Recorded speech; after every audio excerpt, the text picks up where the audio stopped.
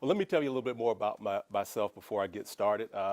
I am originally from the state of Florida. I am the child of two public school teachers. One taught for 30 years, the other taught for 37 years. Uh, One of the interesting facts about my mother, who was the one that taught for 37 years, is that she taught at the same school for that entire time period. So that still completely fascinates me how how a person could get up and go to the same location every single day, work with the same people. But the coolest thing about that particular tenure and the way in which she worked was she got a chance to teach three generations of children. So she became very knowledgeable of that particular community, the needs of that community, and much of the way in which I've learned to see education is through the lens of my parents, who also came through one of the most challenging periods of change in public education, which was the time period where integration was taking place in the South. So I came up, as I said, as an educator, went to school, learned to teach, decided not to teach for a period of time, but the love of teaching drew me back into it. And over time, I also caught the bug for teacher professional development. And that's where I spent the bulk of my career at this particular point in time, working with system leaders or organizations that are focusing their efforts upon teacher development and trying to help them to make good decisions around how to design services to really shift instruction in ways that teachers value most. So that's about kind of where I've come from over a number of years, but today I'm here to talk about the findings that have been a result of several research projects at West Ed, and also a little bit about a few ideas of where we need to go next in light of what we found to date. But we'll start with a little bit of background on the Center for the Future of Teaching and Learning at West Ed. Many of you may have some level of awareness of the center. The center has been in existence since the mid-90s, and much of its time has been dedicated to identifying issues related to the teacher workforce and helping policy leaders to think about how to move the ball forward on key issues that particularly during the mid-2000s, that were related to issues around retention of teachers within the workforce. About 4 or 5 years ago, the center was absorbed into West Ed, and during that time period, West Ed went through a strategic refresh of the center's work to the point where we are right now, and I'll talk a little bit about our current mission and our focus that we're involved in at this point. But ultimately, the center's mission is still centered around the work of teachers and how do we make sure that we bring that work to prominence within the minds of educational stakeholders and the broader community that we work in and we represent.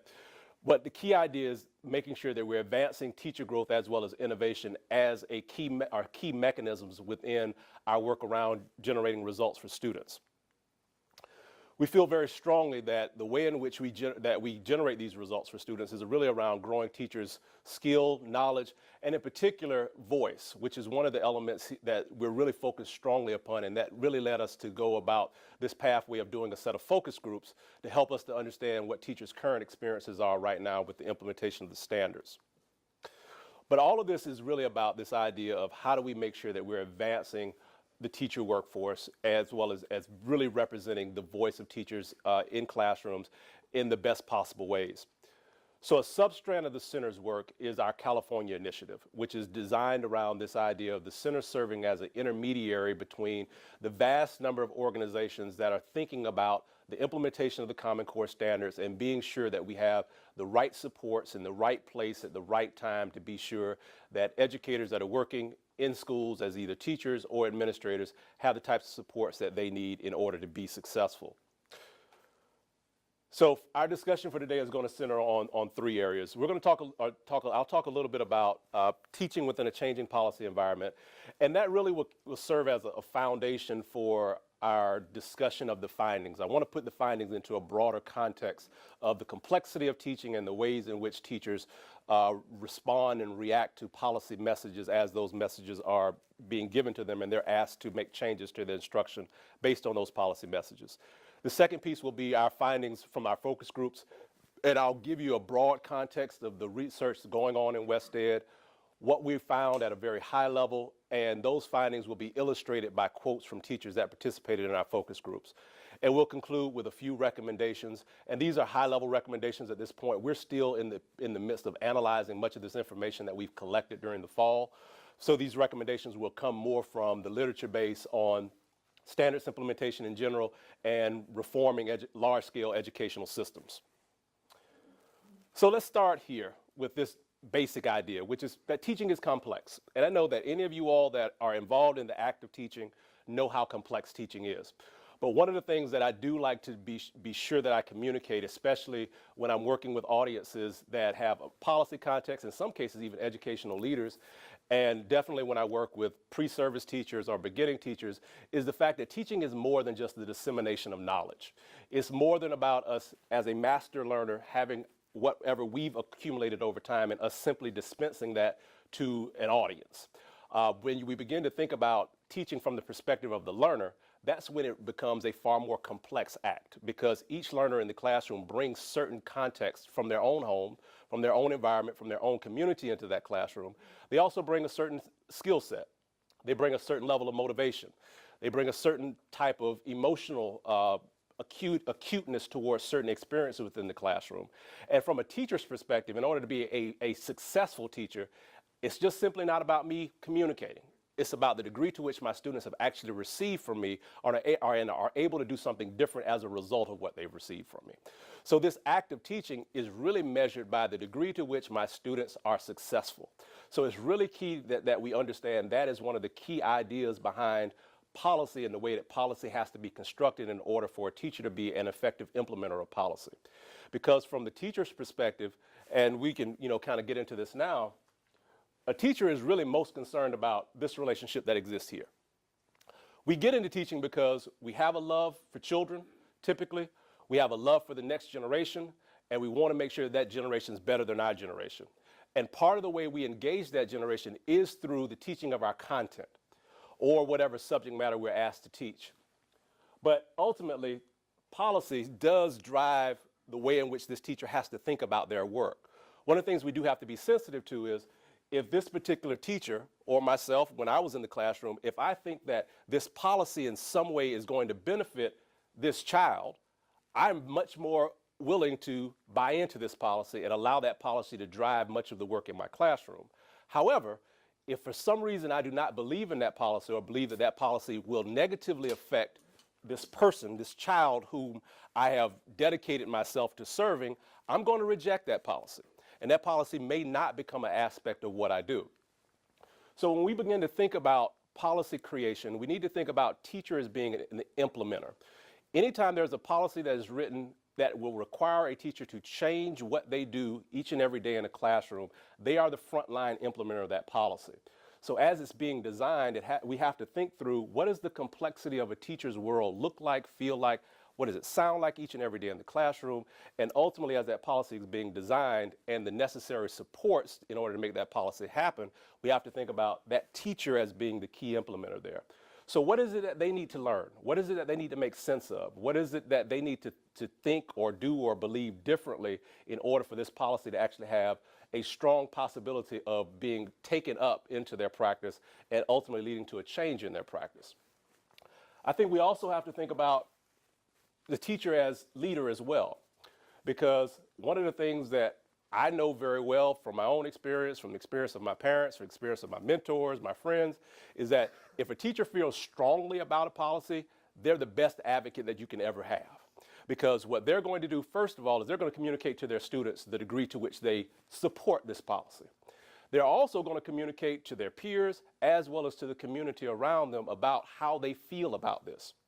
But on the other hand, one of the worst things that you can experience as one that thinks about policy or thinks about change within education is a teacher that does not agree with the point of view that you're trying to drive for. So for example, I've heard teachers in classrooms with students say, I'm only doing this because, and we can fill in the blank, my principal, the district, or the state is asking me to do it. That's a very extremely negative message that a child picks up. And for the most part, that child owns that message and oftentimes can communicate it too, which is really interesting if you have children that have had that type of experience in the classroom. So we know that teachers do shape public opinion around the policies that we have in place. So one of the things that I like, us, or at least for myself and for us to continue to think about is, how do we create a more fluid, dynamic policy environment where we're thinking about teachers as implementers, teachers as leaders, and being sure that they're involved in the crafting of policy, feedback loops around the success of that policy and what we need to do in order to shift that policy and improve it and the supports around it in order to make sure that this entire system can be more successful.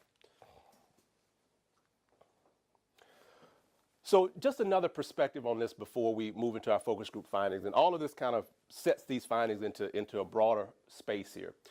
A 2004 study was done of teachers' responses to policy messages around reading instruction. And this was actually done in California, Southern California to be a little bit more precise. But one of the things that the researcher found was that pre-existing beliefs and practices and the nature of the message themselves are actually what were influencing how the teacher responded to those policies.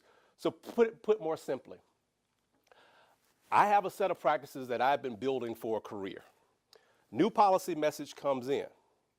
I'm going to make a decision around the degree to which I'm going to receive that message based upon what I already believe and what I already do, and whether I believe it's good policy or not, okay? So I think that it's a point that many of us know, but it's one of those points in the crafting of policy that we have to think about critically to say, all right, to what degree is this policy already in alignment with what much of our teaching population believes about this particular issue? Kind of first question. If we think, and then if we come to that point where we say, okay, this is pretty close to where most people are right now, we have a stronger chance of that policy being taken up and actually being implemented in some way that might be consistent with the policy.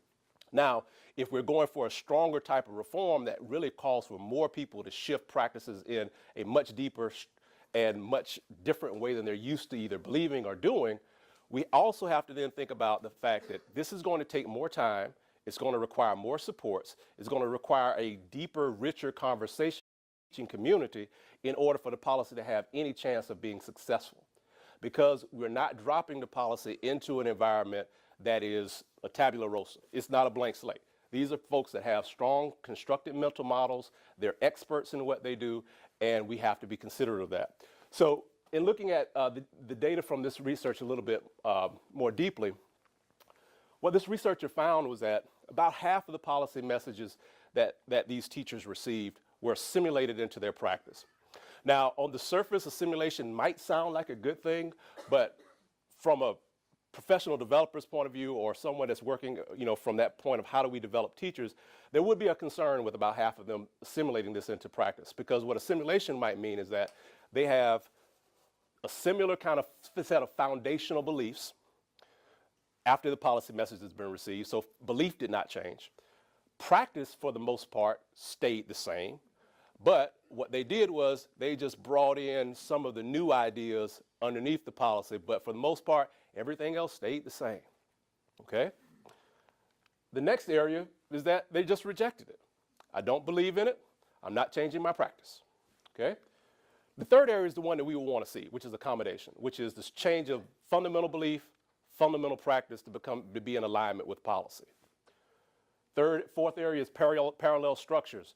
And this is a really interesting one to watch in practice, because what it looks like is, wow, the teachers have bought into these new ideas and new policies, but when you come back in later, they're doing all the old stuff they've always done.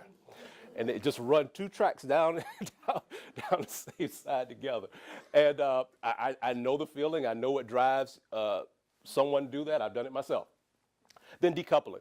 Decoupling is also interesting because it's a symbolic representation. So it would look like if we're talking about new ways of students engaging text, and we're talking about new sets of instructional strategies to help students to engage text, and you have these great companies that will create posters for teachers to be sure that we can hang these strategies on the wall, what this looks like is that the strategies are on my wall, but my practices are still the same, okay? So my beliefs have not changed, my practices have not changed, but I do have some type of symbolic representation of the policy within my space in my classroom, or in some cases, my language may have shifted to some degree, but none of my practices have. So it's really key to understand the way that teachers learn, and one of the things that is still emerging in the knowledge base right now are just the ways that teachers learn and go through professional development and professional growth in general. We don't have a deep, rich knowledge base on how teachers learn at this point. So those that are involved from the professional development side of policy implementation, I think we're aware of that. And so we oftentimes look at policy change and say, oh my God, how are we going to do this? How are we going to move this many teachers with something that is this complex and this challenging? But we do need to become more sensitive as an entire community in thinking through, if we're dropping something new into the environment of a teacher that requires for them to change practice and change the way in which they engage students each day, how can we be more sensitive about the complexity of their work and be sure to think through the full implementation of that policy down to their classroom with the necessary supports in place. So let me pause there. I didn't give established norms for questions, but at any point, would you like to ask a question? We can ask a question now. And I imagine as we go into the findings, you will have questions, and we can just kind of stop and pause and have a conversation around any of the findings at that particular point in the presentation. So just let me pause for a moment before we move forward.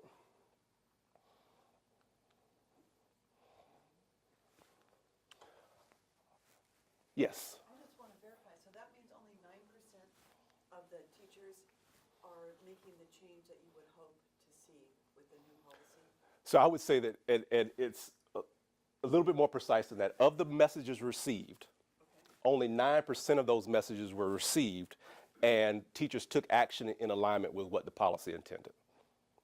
Yep. That was in 2004? 2004, yes.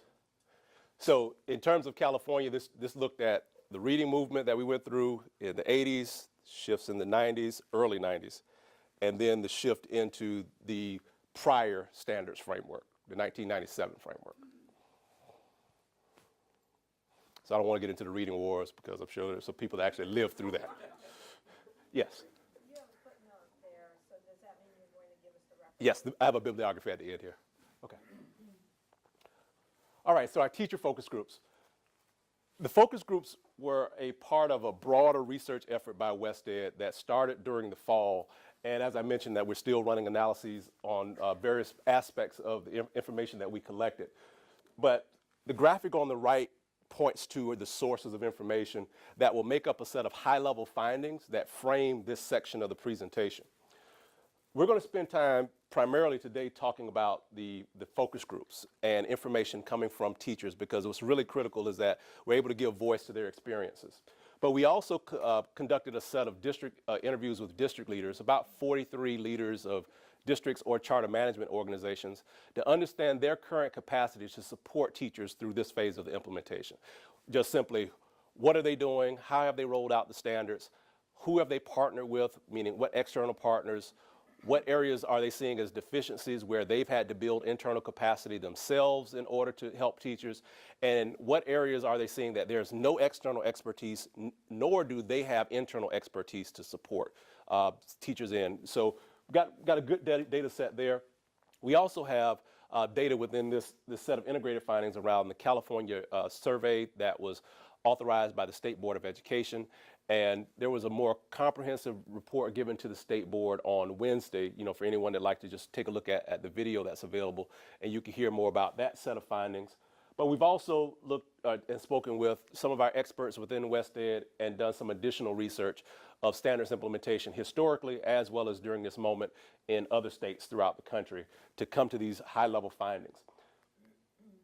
Now, in terms of our teacher focus groups, the focus group protocol was based on the 4 domains that you see to the left of the screen here. And primarily what we were looking for were the types and qualities of supports that teachers have received to date.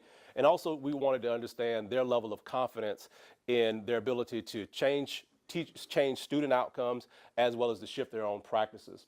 We were able to recruit 64 participants, and these participants range from kindergarten through high school, secondary level. These participants ranged in experience from year 1 of teaching to year 35. And we were also able to gather teachers from 4 different general locations of the state. And we, in addition to these focus groups, we also augmented the focus group research with 8 additional interviews to get greater representation from small towns and more rural communities. We wanted to be sure that we had a strong geographic representation of the state. I think that's the baseline here. So moving into the high-level findings, and high-level findings, just which the slides are organized, will be across the top banner, and the trend will be make up the bulk of the slide.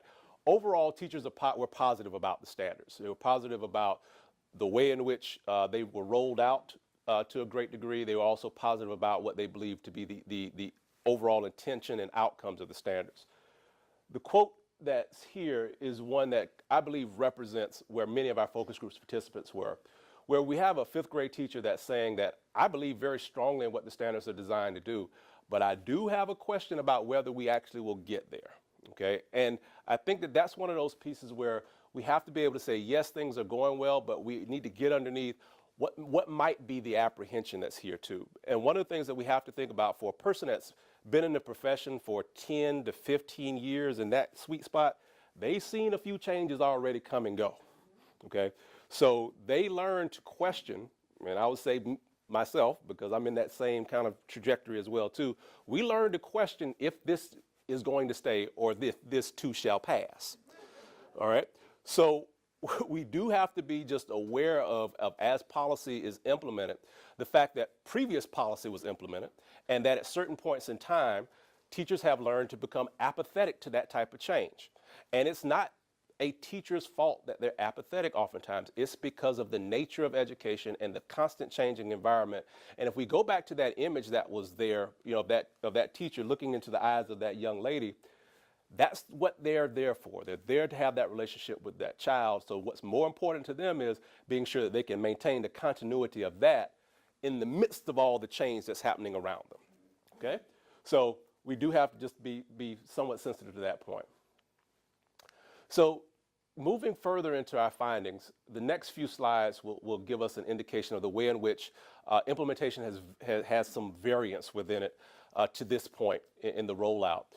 First slide here deals with the ways in which districts planned out the first few years of the implementation, meaning gained awareness of the standards through where they were in the fall. So we were able to pick up 3 different patterns of rollout, where certain districts, in particular some of our smaller districts, went with what we call a full implementation, meaning that they chose to go both subject areas, all grade levels within their system at the same time. Okay, there were another set of districts that chose to go with some type of phased-in implementation, where they identified one of the 2 subject areas, a grade level or a grade span, and then built the implementation from that point, sequencing either the other content area or additional grade levels or grade spans over time. Those systems felt that that was a better way of allocating their resources and focusing the work.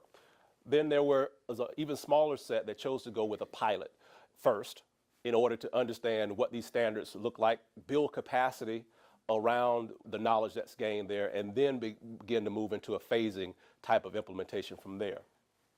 So what did this look like from a teacher's perspective? A positive example from one teacher was that they could experiment.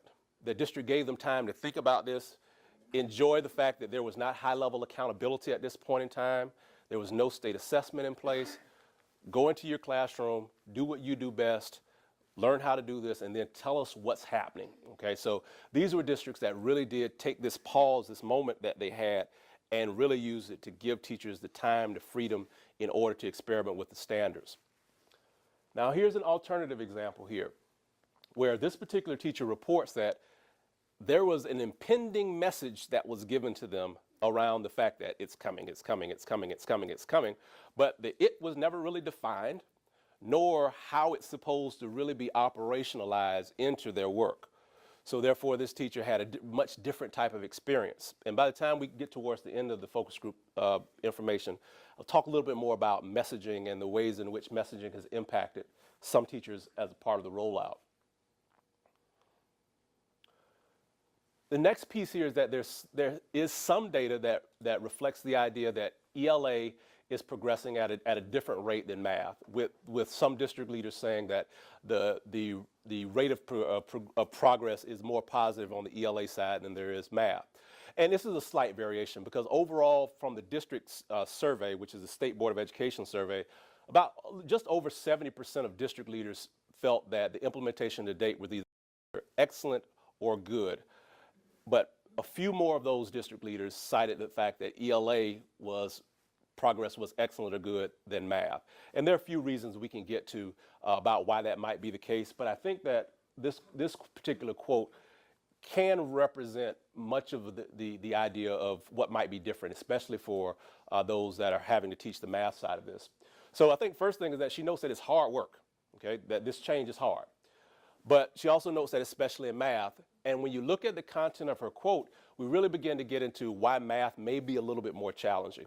We're asking teachers to do some things that they, in some cases, were not trained to do, nor were they taught to do as a student themselves.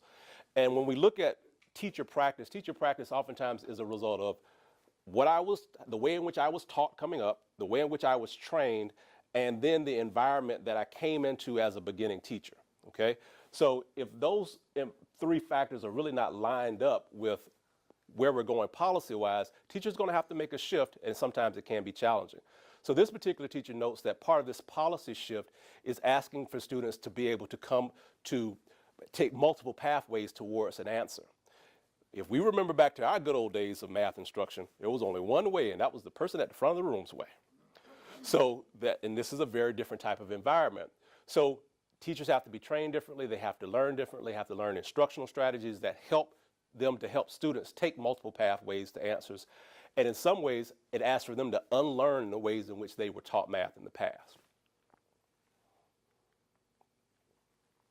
The third area of variance that we're noting here is in the types of supports that are available to teachers around their English learners.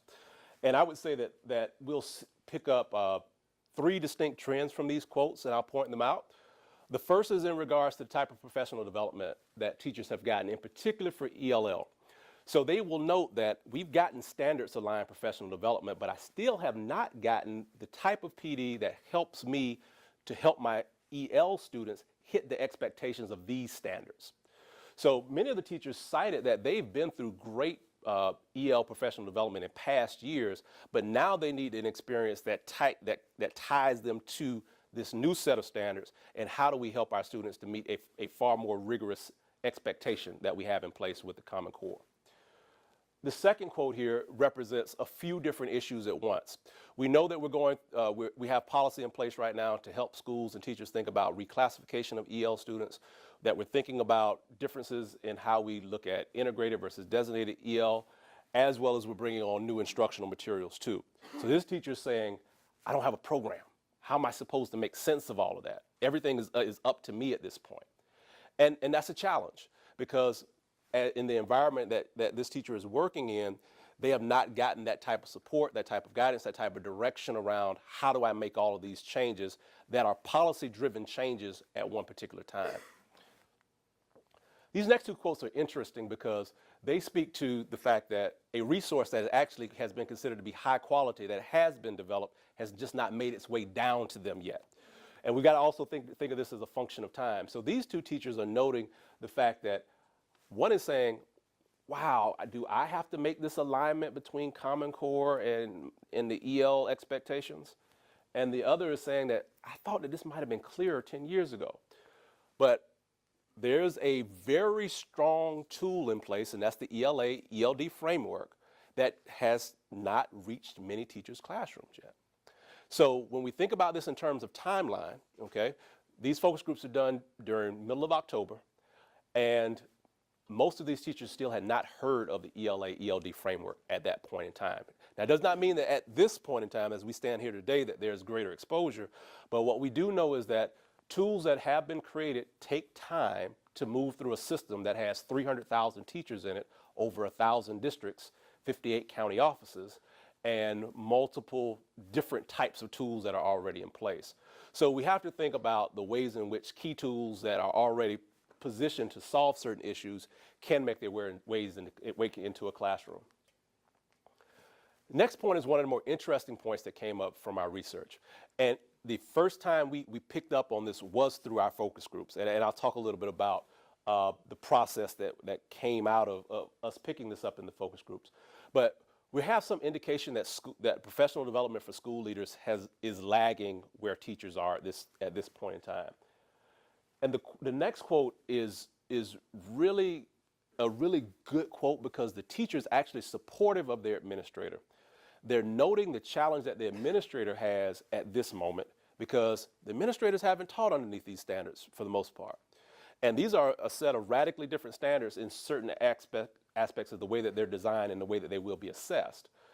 So the teacher is noting that, wow, my administrator hasn't really taught underneath these standards.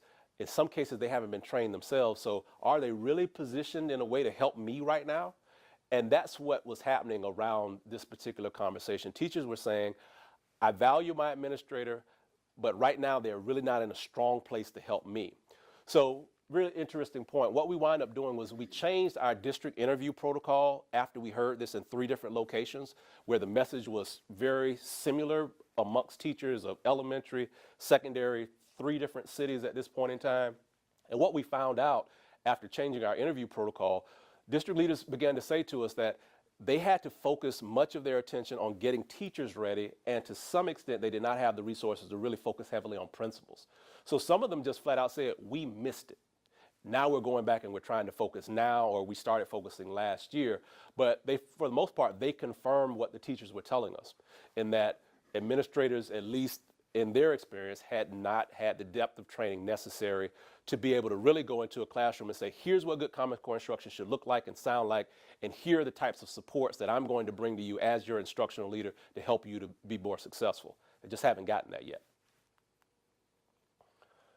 Next key point that we were able to pick up, and we picked this up across all of our data sources, and that's about time. District leaders are reporting that time is in general, the number one barrier that limits the ability for high quality implementation as well as high quality professional development. And teachers are noting that they're just insufficient time to make this change. And I think we have to think about this more critically as we think about elementary teachers. So let me just share this next quote with you, and I think we can feel the angst that's out there. This particular teacher is actually trying to focus on all the right things: curriculum development, planning, assessment, the social and emotional work with students, focusing on teacher, focusing on being a mom, okay? And just saying, I don't have time to do all of this, okay? Now let's think about this from an elementary teacher's perspective. You got 2 sets of standards that came online at the same time: ELA and math. If you're in a more progressive or aggressive district, just depending upon how you want to use the term, you're already starting to your science standards, okay? And if you're in a little bit more slow-moving district, you might be starting your science standards next year, okay? But guess what's coming after that? A set of social studies history standards as well, okay? So from an elementary teacher's perspective, all of this change is happening at one time. And the expectation is that we are getting students ready for a set of assessments that are actually already in place in terms of SBAC, but will be coming online in terms of science, and there's that possibility. There's a discussion around how we might look to assess the history social studies framework when it comes out as well. But there's pressure to get this right, even though we're in this moment where there's not high levels of accountability, but ultimately we're talking about how much time is there for teachers to learn multiple subject areas and learn how to do them well, to be sure that the students have the type of opportunities that they need. Next point that we were able to pick up was around this issue of instructional materials, and then also corresponding formative assessments to those instructional materials. There's a good amount of displeasure at the district level as well as the teacher level in the types of materials that are available.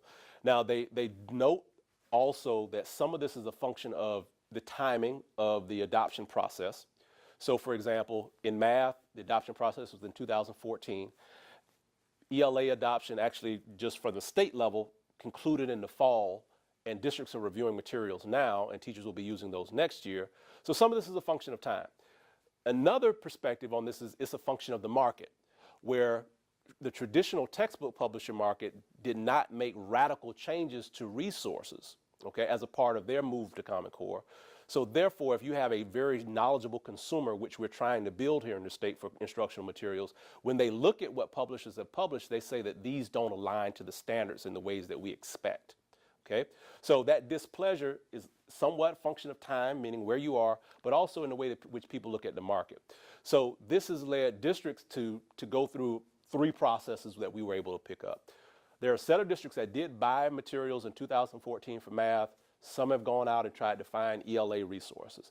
Now many of them are coming back and they're beginning to supplement what they purchased earlier. There's another set that chose to hold off on buying materials because they recognized that the market was not ready and they did not want to make that type of investment. So they're still searching. And then there's a third group that has decided we're going to go it on our own and we're going to develop locally created materials using teacher teams or curriculum experts at the district office and then find ways of deploying those to teachers. Okay, so that's kind of what it looks like at the top level. But what happens at this classroom level is we're seeing teachers spending an inordinate amount of time still creating resources themselves, going online to find resources through sites like Teachers Pay Teachers. They're going to Twitter, or they're continuing to go down the hall to their colleague and say, hey, what do you have? And they're sharing resources as well too. But one other point that I think that is really interesting here, and we have to think about this within this context too, is for many years underneath the old frameworks, we had scripted curriculum in California.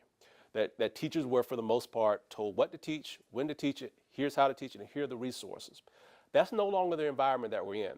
Many experts believe that in some ways we de-skilled teachers by putting them into that type of context where we were asking them to work from a script. So now we've removed that type of support. We've given the professional courtesy, professional respect, and opportunities for additional creativity, but that has also created a new problem.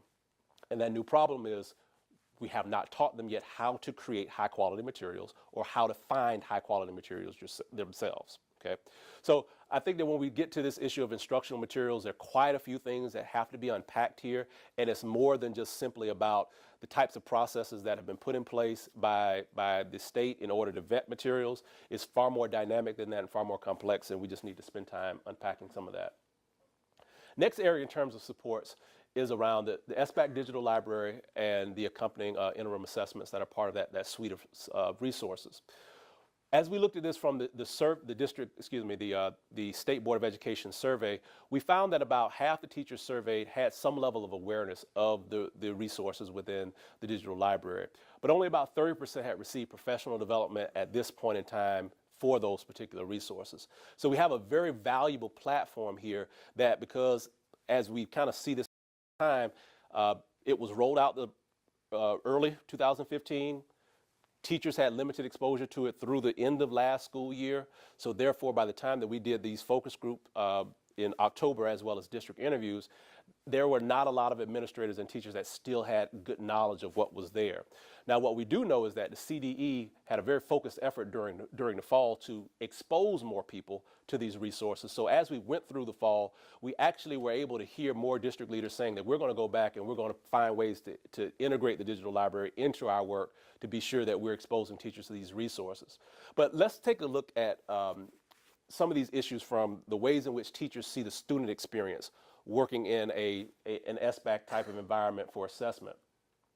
This particular teacher is thinking about it from a math perspective, and she's noting that for a student to be able to interact with this type of assessment, they're going to need practice on the tools that are part of the assessment platform.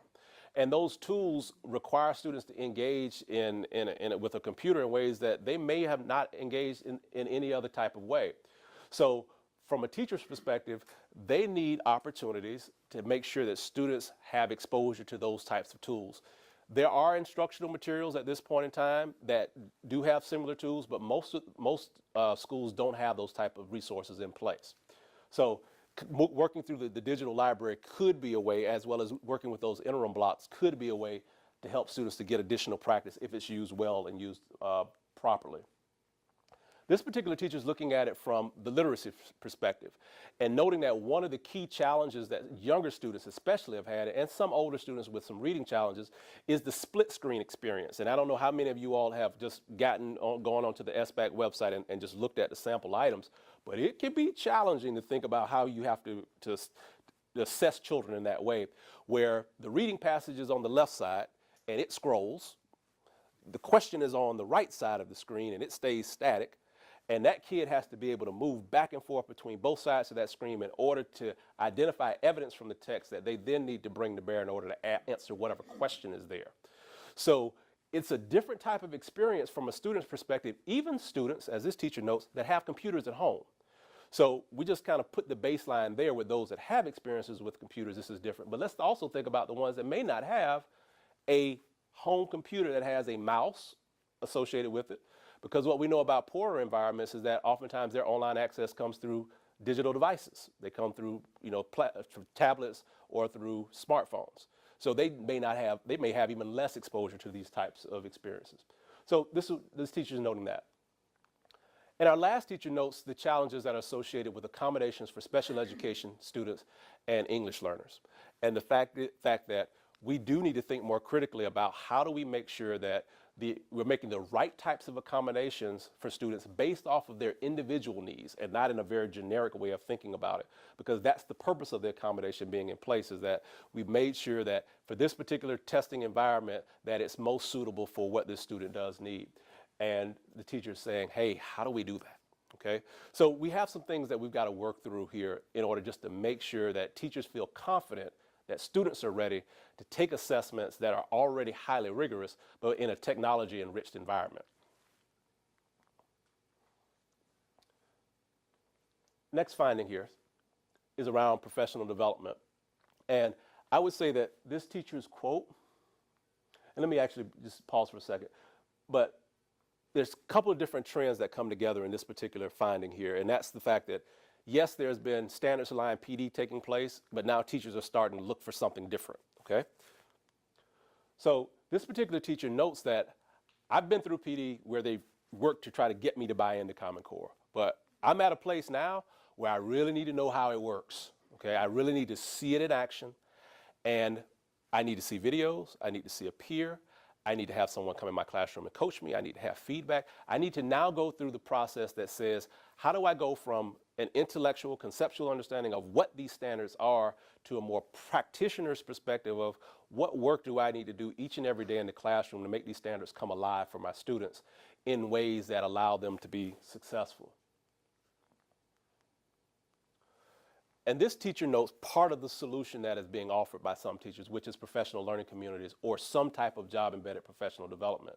This teacher happens to be the only science teacher at her school, and there are cases like that in some of our smaller communities where they may be by themselves, but this particular district has offered that level of support to say, we've got a district level PLC that can help you with some of these issues. But I think it still speaks to the more critical aspect of this, which is job-embedded collaborative work amongst teachers is really one of the structures that we have to make sure is in place in order to shift practice in ways that enrich teachers' work each and every day in the classroom.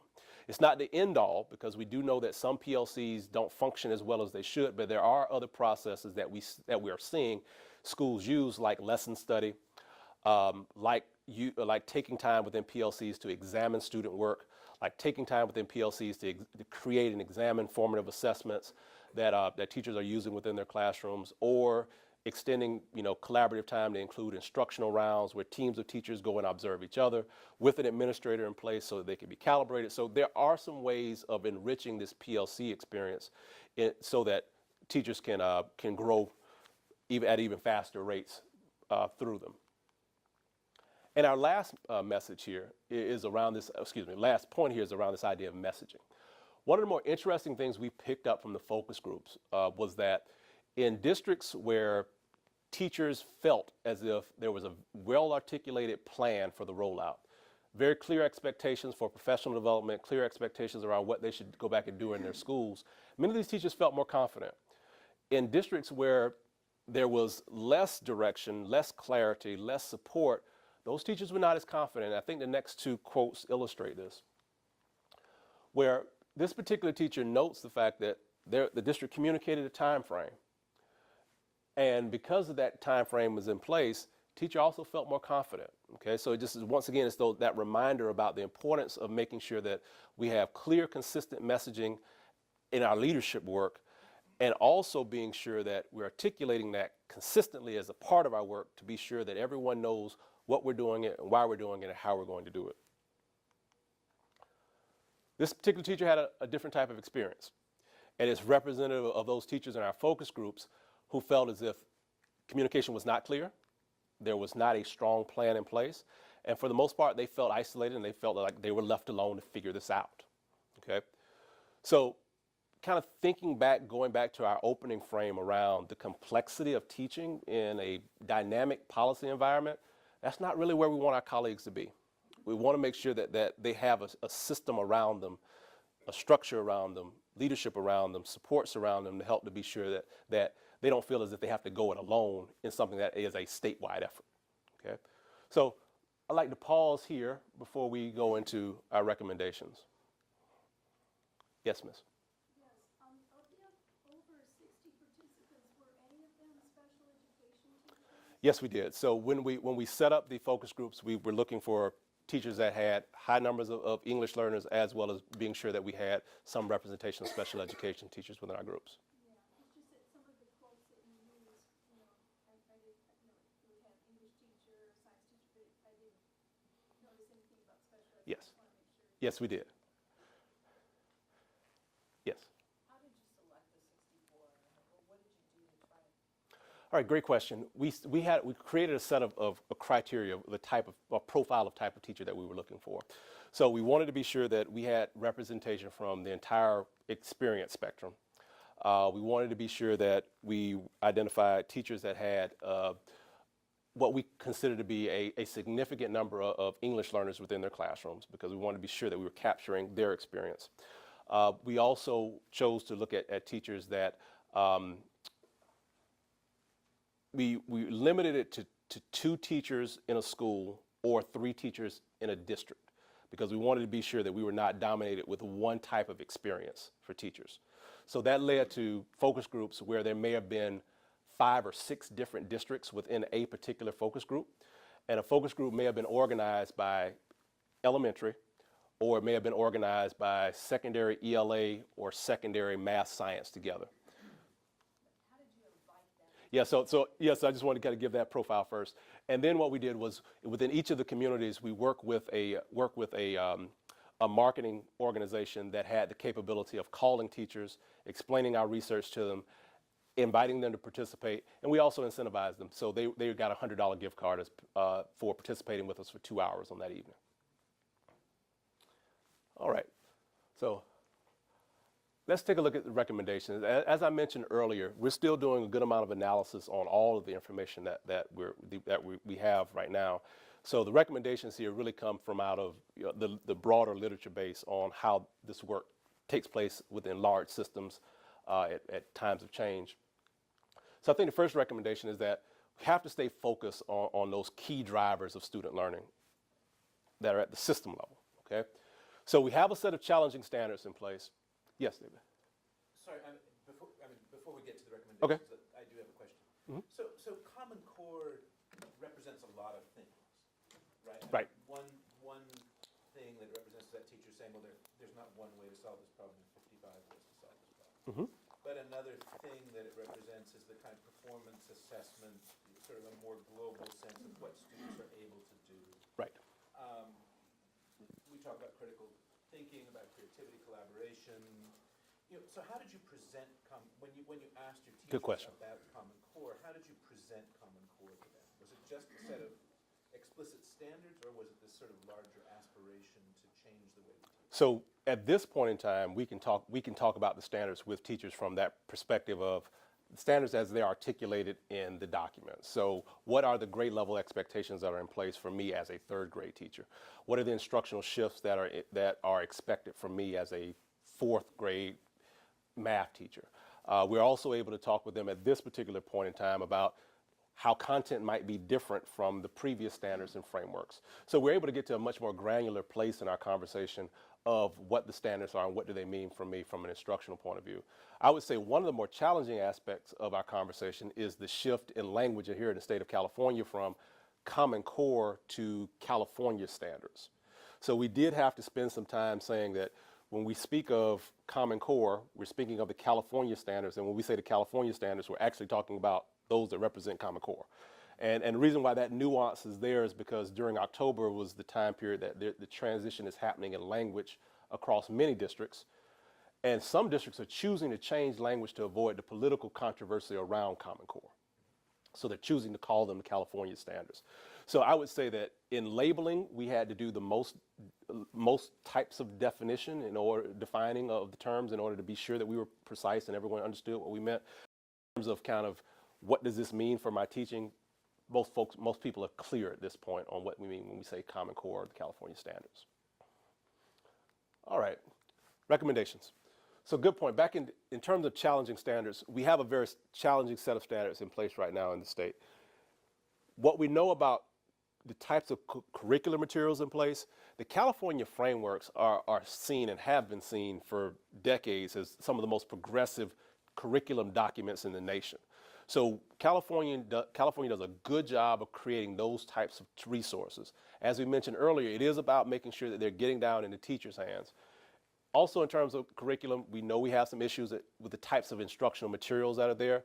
So we have to stay focused on ensuring that we're pushing the market to create more high quality resources for California. California does have the weight in order to push the textbook market, and you know, we just have to continue to lean upon them in the right kinds of ways.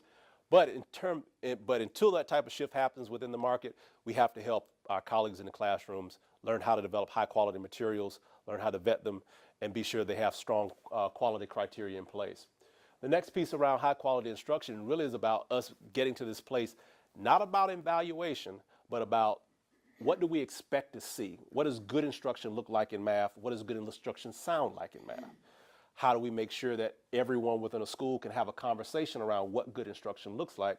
And also, how can we know that we're assessing that in the best possible ways, both formatively as well as in a summative way?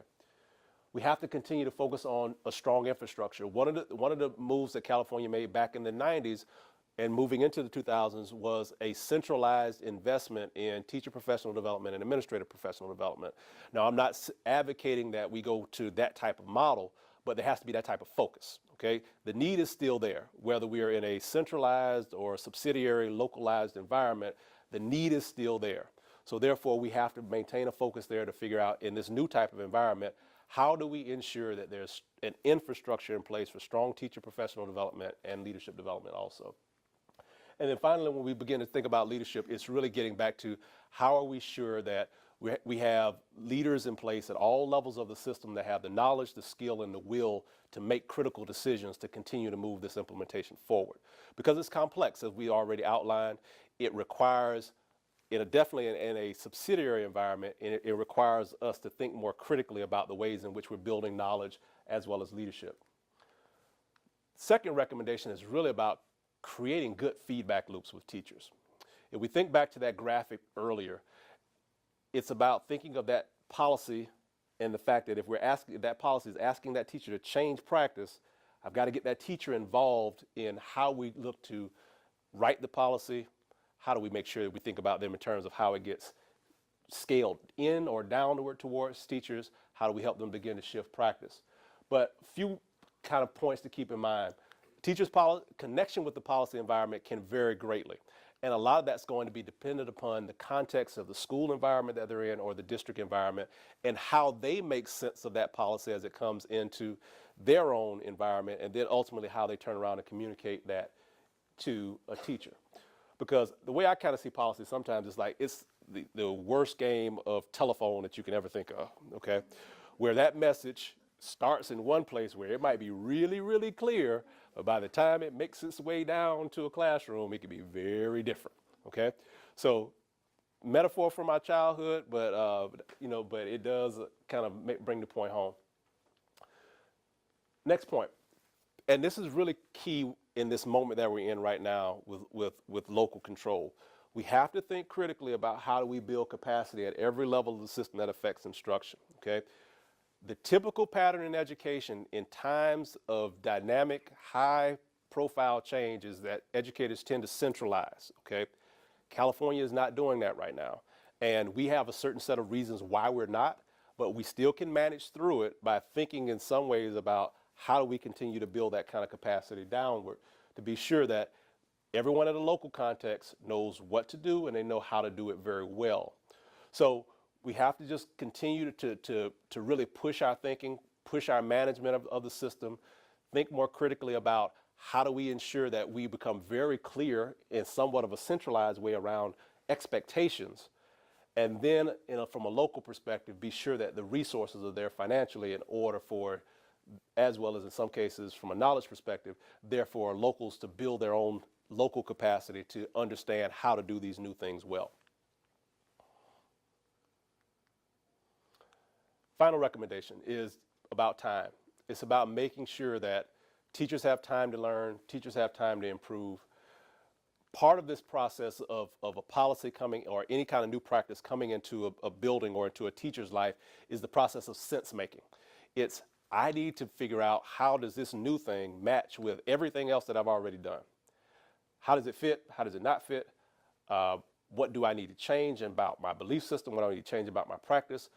What should I be seeing differently from students? This is an entire complex idea of sense making that has to take place. That takes time, okay? I've heard some that have questioned, okay, well, from a policy perspective, we've been in the Common Core for 6 years. Yes, from a policy perspective, but from a teacher's perspective, they had to wind down the old set of standards. They had to go through this transition point of learning the new standards. The assessment just got into place last year, and now they're starting to move into a different phase of implementation. And all of that takes time in order to really understand what do I need to do from a different perspective. So, other point that we need to be sensitive to is the way a teacher learns how to work within a subject matter can vary by subject matter. So, for example, many elementary teachers are strong on literacy. Okay, that's their strength. That was their strength coming up, going through college. It's part of their teaching. So, on that particular side of their learning, they may learn at a much more rapid pace around what a new set of standards are asking them to do differently. But if they do not have that kind of math background knowledge, that's now expected for them to be able to implement these standards well, which all the experts say, you're going to have more background knowledge in math to do this well, because you have to know how those multiple pathways can work in order for that student to get to that final answer. That may take more time for the teacher to learn in that particular area.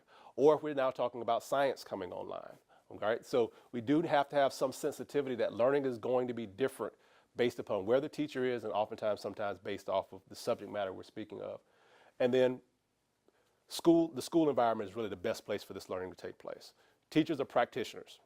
We want it real world context, dynamic. We don't want it theoretical. I want to know, how does this work with my students? Okay, so creating that kind of learning environment in their environment, job embedded, is the best possible way to go. And the experts, ones of us that sit on the outside, we have to think about, or think more critically about, how do we get that expertise into the right place and plug into the system that teachers value, which is the system that's in their school, in order to make sure that we can support them in adequate ways. So that brings us to our conclusion. I can take any more questions at this point in time. Any questions for Robert? Yeah? So, I'm thinking about what you said, Robert, about the ELA, ELD framework. Mm-hmm. So when I was at a district last year, brought it right in and got it into folks. But back in 97, 98, there was a hard copy of the framework. I know, ELA and math framework that everyone had. And while they sat on some shelves, they didn't in a lot of places. And they were marked up and dog-eared and had, markers all over. They were very much a part of professional learning opportunities. And I wonder, because we're not doing that now, and I know the reasons why, I understand all of that, but I do wonder if that's an access issue, and how readily available, just in a teaching environment and in a PLC environment, that we would make those part of that environment by not doing that. Do you know what I mean? I do. And so for when you tell me that they hadn't even seen it, that's just mind-boggling to me, because that is such a superb document, right? It is. So, there are some groups and individuals working really hard on the access issue. So, of course, we have the frameworks, but we also have the executive summaries of the frameworks. We also have some supporting brochures that are out there. But this access issue is one that there are some folks that are very aware of it and are thinking about how to make sure that first of all, there's great exposure of those resources, but more importantly, how do school leaders and district leaders learn how to use them as a part of their work? And I have heard anecdotally of both principals as well as district leaders that have taken the frameworks as their most foundational aspect of their professional development. So it is occurring. I think, right, as I've mentioned a few other things, longitudinally, this is October, so those teachers just had not gotten there yet. But I would hope that going back next October that they would have far more familiarity with the frameworks. It'll be interesting to see. Yes, and we will continue. We will continue to do this work. If how it's distributed makes a difference.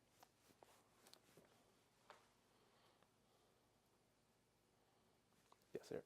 Yeah, Robert, I have a question just about what you just hinted at, the next phases of the work and what's on the horizon. So does the center work directly with districts in doing PD, or is what's on the? So our work, we don't do any type of technical assistance directly to schools, districts, or to counties.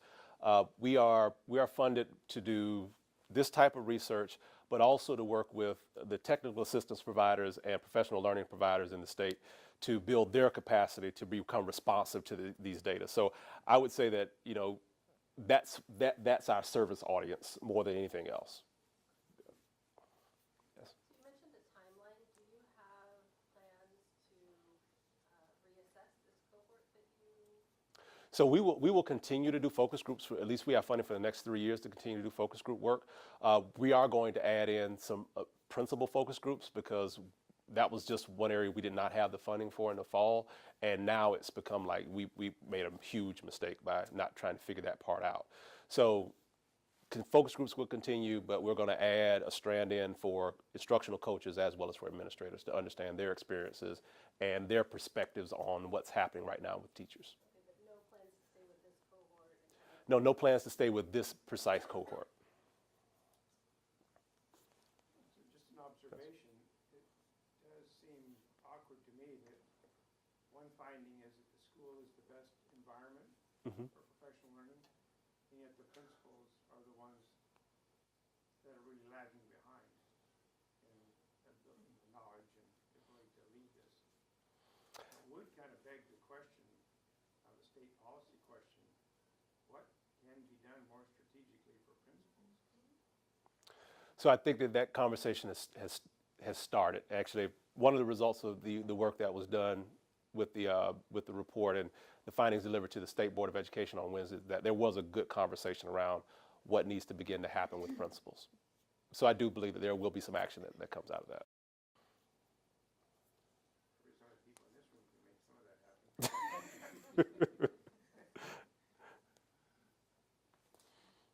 So the state's actually made some big bets on standards implementation. I mean, more than $1 billion for professional development and approval of textbooks. Did you ask your respondents about those specific initiatives, what kinds of PD they were getting, whether they saw yes. whether they had lists of textbooks that they could choose from? So I'll give it to you from the perspective of our district interviews, and I'll go from 2 different lines of investigation there. We tried to understand the types of funding sources that have been used to roll out the standards to date. Districts primarily have drawn from their from LCFF. And yes, there was that one-time Common Core money, but what we've heard, actually I even heard it anecdotally before we started the research, and it was confirmed through the research that much of that money was used for technology upgrades as a part of the Common Core rollout. Now districts are beginning to think about that $490 million teacher effectiveness funding and how they could use that money in order to spur the next wave of work around the implementation. So strong combination of kind of local funds, use of these one-time funds is the way in which they're looking at it. Of course, using traditional sources like Title II in order to fund their work. In terms of accessing resources, there's good knowledge of what the IQC has done, the Instructional Quality Materials Commission has done in terms of identifying resources, and many districts have purchased resources or are looking at resources from that particular list. Others are choosing to go it alone and use their own knowledge or desire for instructional materials that may pull them outside of the list that's been put together by the state. And others are being supported by their county offices, with the county offices helping them to think through what might be the best set of instructional materials for their needs.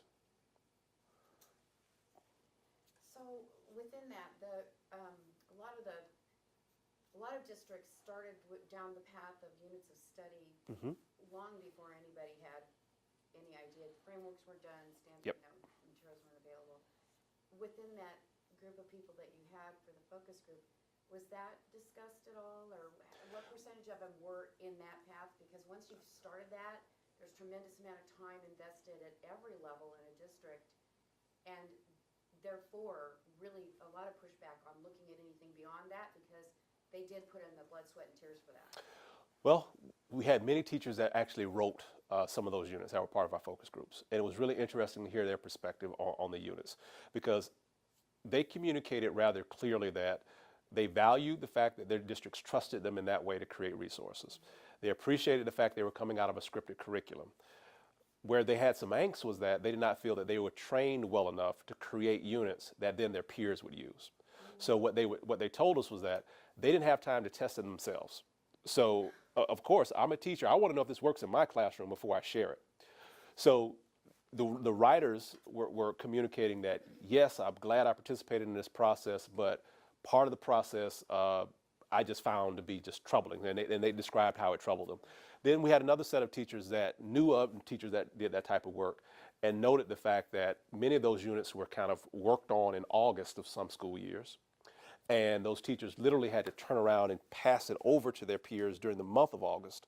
And the teachers that really did not have enough time to work through all the background that goes into developing good curriculum, which is, why did I make this decision? Why did I choose not to do this? How might you look to implement this in your class with this particular set of students? So that set of teachers noted that over 2 days of time with the writers, they really didn't have a good time to understand how to implement what they designed. So yes, we did pick up this heavy investment of time and energy, creativity, effort in these locally designed units, and value is placed upon them, but also these other challenges associated with the implementation of those units too. Or the lack of the follow-up even from that to do the next PLC, right, to vet them and talk about what needed to be Right. altered and stuff. Okay. Any final questions for Robert? Okay. All right, Well, thank you so much.